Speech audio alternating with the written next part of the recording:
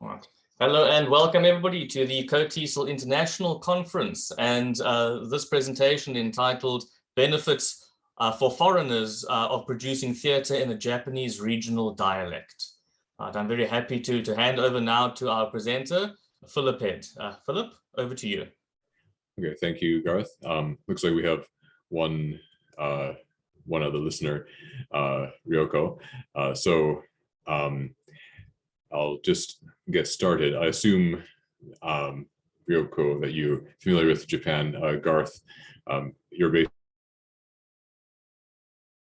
Oh no, Philip, you're frozen.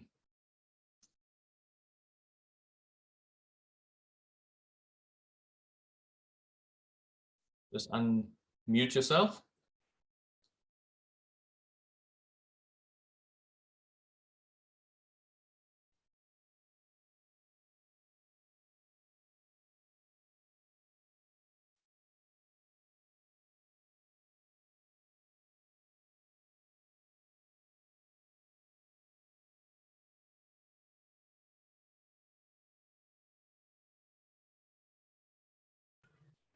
Okay, so I think I've been removed from the meeting on my other computer. So, all right, now that's perfect.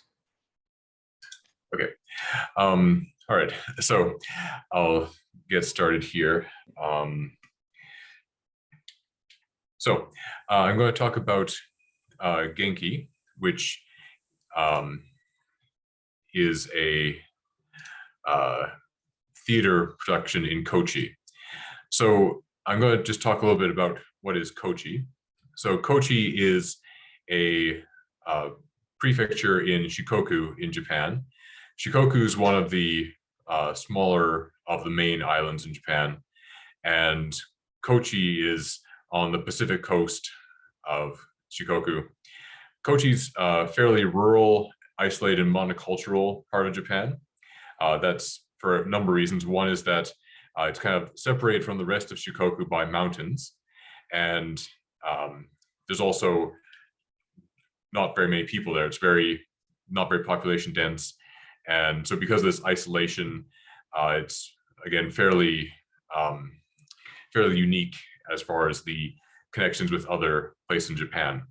So it's famous for things like fishing, forestry, growing fruit called yuzu, yosakoi dancing, and a guy named Sakamoto Ryoma, who is a famous historical figure just before the Meiji Restoration. So because of this historical isolation, the Kochi has kind of developed its own fairly distinct dialect. There's many dialects in Japan.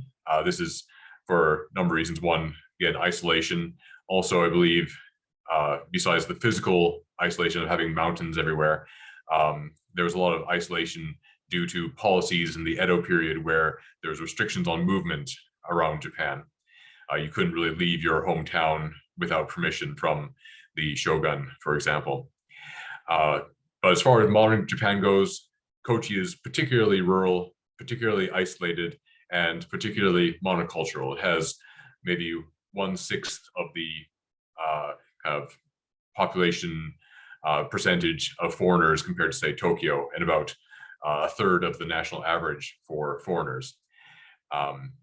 So I'm going to talk a little bit about what is Genki. So Genki is what we call the Tosoben musical. So this was created in 1996, and it's been continuing since then for over 20 years. These are made every year, and they are original plays written in the Tosoben dialect. Again, I mentioned the dialect. It's a fairly unique dialect, a little bit related to Kansai Ben, but still quite strong. I guess a relationship that maybe people in other countries could understand would be if you're in Canada, it'd be like Newfoundland accent, or if you're in the UK, it'd be like a Highlands Scottish accent. So again, kind of rural, isolated areas of those countries, and very similar that way. As one example, you say the Japanese word to know or not know, be like shiteru or shiranai in standard Japanese or Tokyo Japanese, whereas in Kochi, Tosoben would be shichu or shiran instead of shiteru and shiranai. So they have some unique kind of grammar features and pronunciation features, as well as kind of obscure, old-fashioned expressions that make Tosoben, the Kochi dialect, fairly unique. So this musical has been produced by JET ALT. So what is a JET ALT? JET is the Japan Exchange Teaching Program. In Korea, you have a similar program, which involves bringing native English speakers from countries like America or Canada, the UK, Australia, and placing them into local junior high and high schools. And they work as an assistant language teacher, or ALT, and they help kind of promote internationalization, as well as giving a kind of a first circle inner native speaker model for speaking lessons. And the Genki musical, usually it combines a Western story, like, for example, Charles Dickens' Christmas Carol or The Wizard of Oz, or in this case, on the photo here, Star Wars, and then rewrites it with kind of local Kochi cultural things or historical characters. In this case, we have a Han Solo-like character and a Chewbacca-like character, except Han Solo is Sakamoto Ryoma, the famous samurai, and the Chewbacca is a Tosaken, which is a kind of a large fighting dog that Kochi is famous for. So that's kind of one example there. And this is produced by the JET ALTs for charity. So it's put on like a volunteer basis, and the performers kind of donate money to pay for the props and renting a van to travel around the prefecture, etc. And they have these performances in about 8 different locations around the prefecture, and they ask the audience for donations that go towards a scholarship that let Kochi students go on study abroad trips. So it's a way of kind of promoting kind of internationalization, but also touring and having connections with local community and things like that. Now, Ryoko, if you have any, or Garth, if you have any questions, please feel free to jump in at any time. So I'm going to talk a little bit about this study. So I had 4 research questions about this. So the first one was, why do people decide to join Genki? Why do they decide to put on a theater production in a local dialect in a small rural part of Japan? And next, what effect did participating in Genki have on people's language learning? So these are all native English speakers who are doing this. Why did they join Genki, and how did it affect the learning of Japanese? Next, how did joining Genki affect community integration?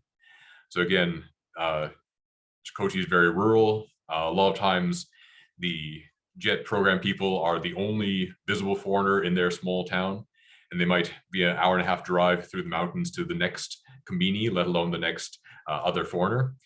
And then, so what are some of the effects that joining this production had on their integration with the local community? And then next, what are the positive and negative aspects of participating in Genki? So to answer these questions, I had an online survey. I had a series of open-ended questions, such as like, why did you decide to join Genki? What were the good things about it? How did it affect your language learning, etc. And so I took all these responses and then I kind of coded them and grouped them into kind of similar responses, and kind of see what came from those open-ended responses. So looking at the first one, why did people decide to join Genki? So the main reason was for social connections. Now, Genki usually has rehearsals in February and March, and then the performances are April. So it's about a 3-month kind of time commitment. And usually February and March, there's nothing really going on. It's winter, you're kind of stuck in your house, the weather's bad, so it's a good way to kind of get out of your house. And again, there's a lot of kind of isolation. So when you have all of these foreigners from all across the prefecture kind of gathering together, it's a good way to, meet other people you might not have seen since the orientation for coming to JET in the summer. Also, maybe people want to connect more with their local community. So during these performances and practices, there's some local volunteers, what they call TOSOBEN masters, who provide training in the pronunciation of the words and also help with checking the script and things like that to make sure it's properly representative of the dialect. Some people join just because they love theater. Maybe they did theater in their homes, maybe they wanted to try something new or things like that. So love of theater was a reason for many. And other people joined as a personal challenge. Maybe they'd never tried drama before. Maybe they want to have something to kind of motivate them to learn the language more. So those were maybe the three ones, but the main one was connections with other foreigners or connections with the local community. So how did joining affect people's language learning? So for many of them, they increased their interest in TOSOBEN. So there was a wide range of people's abilities before they came to Kochi. Some were quite advanced, especially if you're a CIR or a community coordinator of international relations. Usually they have a very high level of Japanese because they need to do translation. Other people maybe didn't speak a single word of Japanese before they came. So there's a huge variation, but even if you were a high level learner, you probably learned standard Japanese, not TOSOBEN. So people joined because they want to learn the local dialect. A lot of people found that they had improved pronunciation intonation thanks to their extra practice of speaking and learning lines and practicing. A lot of them found increased motivation to study Japanese. So they're like, oh, maybe I can do this, or, oh, I didn't understand any of the words in my lines. I want to learn better so I can understand the future. Some people found better vocabulary and grammar, again, because of memorizing all the lines. And a lot of people had increased confidence in their speaking. Again, if you're performing in front of a big audience, you have to be fairly confident. So being able to do that, like, oh, if I can speak Japanese in front of a room full of strangers, maybe I can talk to my next door neighbor. So next was community integration. So a lot of people mentioned that they had strengthened relationships with other foreign residents. So, if you're practicing, a gym all day, every weekend for a couple months, you get to hang out with people a lot. You get to meet people. And again, in a very rural area like Kochi, you might be very isolated. So this is maybe your big chance to get out of your house, get out of your small mountain village, and come to the quote unquote big city of Kochi and meet some other foreigners. A lot of people mentioned improved coworker relations. So usually you're the only non-Japanese person in your school, but when people see that you're putting the effort into learning Japanese, learning about local culture, a lot of people kind of found that it broke the ice with their Japanese colleagues. So their colleagues could see, oh, you really care about learning about our culture. There's a lot of pride in TOSOBEN in Kochi. So Kochi people are very proud of their prefecture. They're proud of, the history of like Ryoma, Sakamoto, etc. And also there's a lot of pride in the dialect. So when people see that you're trying to make an effort, it helps a lot with the relationships with your coworkers. Also bonding with local community. So TOSOBEN is kind of like a magic key. So if you speak TOSOBEN, suddenly people realize, oh, you're one of us. So again, even Japanese people from other prefectures won't understand TOSOBEN. So if you have a foreigner speaking TOSOBEN, like, wow, that's really impressive. So a lot of people realize like, oh, I can finally understand what the little old lady down the street is talking about. So again, standard Japanese is taught in schools, but people in elementary school maybe haven't learned standard Japanese yet. So the little kids in the neighborhood will speak to you in TOSOBEN. And then the older generation also speaks almost all TOSOBEN. So if you want to be able to have a connection with the old people in your town, and a lot of these towns are mostly old people, it's good to have the local dialect. People found that they could make friends with the Japanese volunteers, hanging out there, and again, also improved relationships with students. So the students saw them trying hard and practicing, and that kind of made them kind of impressed. And also people like, oh, can you help me? How do you say this in Tosoben? So it was a kind of a bonding experience with their students, because the students can be the teachers in that case. So of course, nothing is perfect. So there's some kind of issues that come up with this, not necessarily related to Tosoben per se, but any large volunteer-driven theater project is going to have these. One was rehearsal scheduling. So maybe if you have a small part in the play and you live in a small mountain village, so you drive for 2 hours to get to the city, and then you practice for half an hour, and then the rest of the day you have nothing to do, that's not very efficient. So some people kind of complain about that.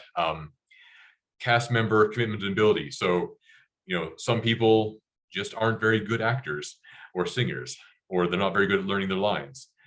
And usually that's not the biggest problem, but maybe commitment. So some people are like, oh, sorry, you had rehearsals, dress rehearsal, but oh, I want to go to Thailand for a couple weekends. And suddenly one of the main characters isn't there for rehearsals. And that was a problem one year with one particular person. Sometimes there's personality clashes over, what's the best way to make the production. There's also the problem of too many creators. So often you'll have 5 acts in a play, and each act is written by a different person. And so sometimes making them all cohesive is a little bit tricky. Or you might have more than one director, and they might not always agree on what the proper way to do things is. And there's also traveling to rehearsals is hard if you're not in the city. And again, the volunteers have to contribute money to pay for producing the play. So often venues, say a small community stage somewhere, or things like that. So often the venues would give the venue space for free. So there's some community support that way, but oftentimes you go to these small towns in the middle of the mountains, and there's going to be 20 people on stage and 5 people in the audience. So sometimes felt a little bit disappointing for people when not very many people showed up to these things. Other times there was, the 5 people showed up, but they were like really enthusiastic. So it's depending, but some people mentioned a lack of community support. For example, maybe funding would be one example of how community support could be increased. And contributing money. So, most people had to give about ichimanen, so it's about $100. And some people are like, if the 20 of us all gave $100, we'd probably have more money than we raised by doing the theater in the first place for charity. So that was one kind of complaint. But not to dwell on the negative, there's many, many positive aspects, and most people overwhelmingly mentioned the positive things. The negative things were a very small percentage of the mentions, but the biggest thing people mentioned was how good it was to spend time with cast members. Also, the procedure of making the show and performing was really enjoyable for most people. And the bonding over rehearsals and things like that. A lot of people really enjoyed making connections with the local community, touring the prefecture, seeing the reactions of the audience after watching the plays. Some people mentioned that their Japanese got a lot better. People enjoyed the experience of touring, and also people enjoyed being able to choose their roles. So in this kind of play thing, usually have a kind of tryout thing where you just say, do you want a big role or a small role? And so if you want to challenge yourself and take a big role, you have the choice. But if you just want something small, or you just want to maybe do some props or do the lighting, that's also an option. You have a lot of freedom in what kinds of contribution you make to the performance. So people appreciated that freedom. So in conclusion, the experience for this was very positive and beneficial for most people. And hopefully by looking at why people joined Genki, we can see why it was so successful and lasting for over 20 years. as something that's entirely kind of volunteer driven. And if somebody wanted to replicate this experience in another country or another part of Japan, maybe looking at some of the positives and negatives give you a good guide for them if you wanted to try this yourself. And finally, here are some links to video recordings of past performances. I'm in one of them. Maybe you can find out which one. And one knows, like, the last year, because of the pandemic, they had to be canceled for the first time. So the 2020-2021 performance was done online over Zoom, and I'll be presenting about how that went in a different presentation in the future. And these slides are available on Edzilla, as well as the article that I wrote about this, if you're interested in downloading it. So I think we have just a couple minutes left. I went through fairly fast, but if either of you have any questions, now is a good time to please let me know. Thank you very much, Philip. That was really interesting. I haven't seen a presentation quite like that at the conference yet, so it was refreshing. It was refreshing.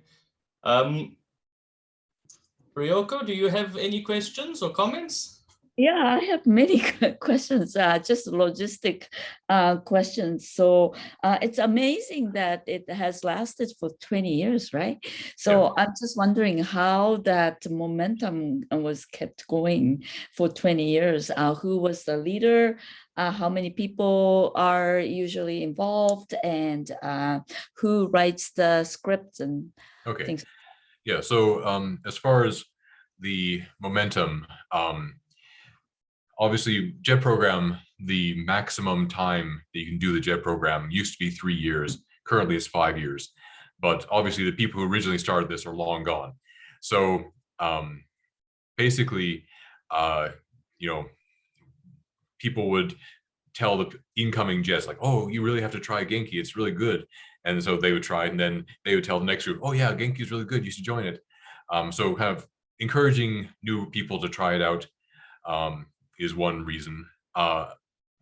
During one period, for about 3 or 4 years, they had the CIR for the prefecture responsible as the producer for things like booking venues and stuff. That was put in their job description, although that has subsequently been taken out of their job description. The reason being, a lot of people, when they become CRs, they didn't sign up to be theater producers. They signed up to be translators. And so for some people, it was a great match. Other people like kind of got blindsided by this unusual part of their job that most people wouldn't have to do. So it's mostly voluntary. But as far as production goes, typically in September, they'll have a group of people do brainstorming about ideas. They'll choose an idea, try to get some basic plot and jokes and gags and stuff written down. And then they usually will divide that writing process up between 4 or 5 different people, each one having a different act. And usually people whose Japanese level is a little bit higher. So they'll write it in standard Japanese, and then they give it to the Tosoben masters to kind of like change it to the local dialect. That happens in like November, December time. In January, they'll do like a call for people to join. So they'll have people come and for the director and producer, and they'll maybe sing a song or read some lines so people can get an idea of their Japanese level and what kind of role they want. And once that's happened, they'll assign people roles. And then usually February, March is rehearsals, making props, choreography, all that. And then in April, there's 2 weekends where they go on tour around different parts of the prefecture. Mm-hmm. I don't know if you had any other questions. I think that was some of them. Yeah, thank you so much. This is a really creative, great performance and activity, and needs to be disseminated to other parts of prefectures, I think, Japan, right? Yeah. So, yeah, I hope other people will take on this creative idea and, do it in their own communities. Yeah. one thing to maybe mention is that, the JET program, there's a limit, 3 years or 5 years. But a lot of the people I spoke to, they'd been doing Genki for 5 years. So that means A, they like to do it again and again over year after year. And 2, they stayed in Kochi for the maximum they were allowed to. So obviously they felt they enjoyed being in Kochi. And so perhaps the kind of Genki experience with making relationships with other foreigners and the local community was one of the reasons why they were staying so long, because that's not usually typical in other areas of Japan. I think that people stay the maximum amount. In fact, there's a joke in JET circles that if you stay for 5 years, you're called a unicorn because you're so rare. It's like, oh, I heard of this mystical person who stayed 5 years. Have you heard of that? Like, oh no, that sounds so crazy. But in my year, I stayed 5 years, and pretty much everyone I came with that year stayed 5 years. So in Kochi, the dynamics of the JET program are much different from other prefectures. From what I've heard, there's a lot less cliquiness, a lot more kind of community integration. And it could be partly because in Kochi, JET is the foreigner community. There's not much else besides the JET program as far as opportunities for native speakers. There's not, there's some universities, there's some private dispatch, but it's mostly the JET program. Yeah. So, yeah. Yeah, so the situation is a bit different from other parts of Japan, maybe. I got involved in Tokyo Board of Education. So we were asked to create professional development videos. We created 4 videos, all technical, like how to teach writing and stuff like that. But is it okay if I mention this to Tokyo Board of Education? Yeah. So I can download the article that you wrote. It's on the Edzilla page as well as the slides for this presentation. Okay. And they have the links to the past performances. Okay, that's great. Yeah. And does the Minister of Education know about this? I'm not sure. Genki has won. It did win an award, I think, in the mid 2000s for like promoting internationalization or something like that. So at one point there was an award that they won, and I think they got some grant money as a result, which they used to kind of subsidize the production. So, I'm not sure if Tokyo knows about it, but some people, at least in the prefectural level, know about it. And with the community support, a lot of times the local news stations will have like film a little sneak preview of the performance and put that on local TV to kind of help promote it. Yeah. Oh, that's wonderful. I didn't know about this, so this is really wonderful. Thank you so much. Very interesting. All right. Yeah. Thank you very much, Philip. I have to close it there. But you two are welcome to continue the discussion afterwards. Philip, can you perhaps share your email address? Then Sure. Ryoko can contact you. That might help. Yeah. Okay. So maybe in the chat box. Oh, should I write my email address? That's my email. So, okay. So, Gmail. Okay. Yeah, thank you. I don't know if you have to run off to another session right away, but if you don't, maybe there's something I'd like to ask you if you're free. If you're not, then I understand. Go ahead. So Ryoko, I'm actually doing my PhD research on speech kind of ratings, and I'm trying to get Canadian students and Canadian native English teachers to answer some survey questions. Do you know any way I can maybe try to contact, like, education people in British Columbia? Sure. How many teachers do you need? About 20, if possible. Our university has English Language Institute. Is that okay? Higher education is okay?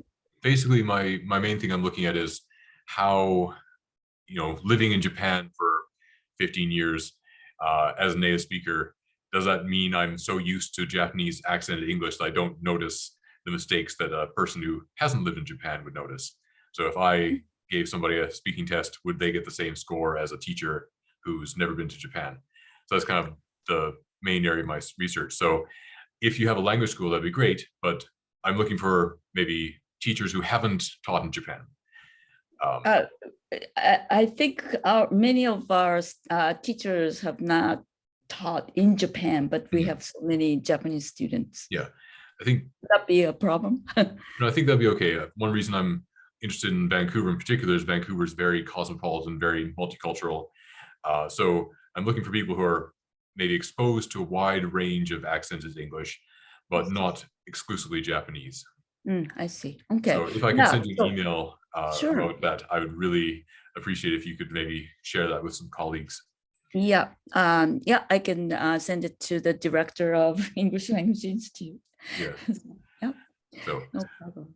I don't know if I've cited some a Kuboto who does a lot of things on shadowing and phonology. I'm not sure if that's you or a different Kuboto. It's a different person. But yeah, I'll send you an email with some of that. So I'd really appreciate any leads you can give me with that. Thank you very much. Yeah, thank you. Thank you for the wonderful presentation. Okay, so yeah. Sorry, thank you very much. Enjoy the rest of the conference. Okay. Thank you. Thank you. Goodbye. Bye.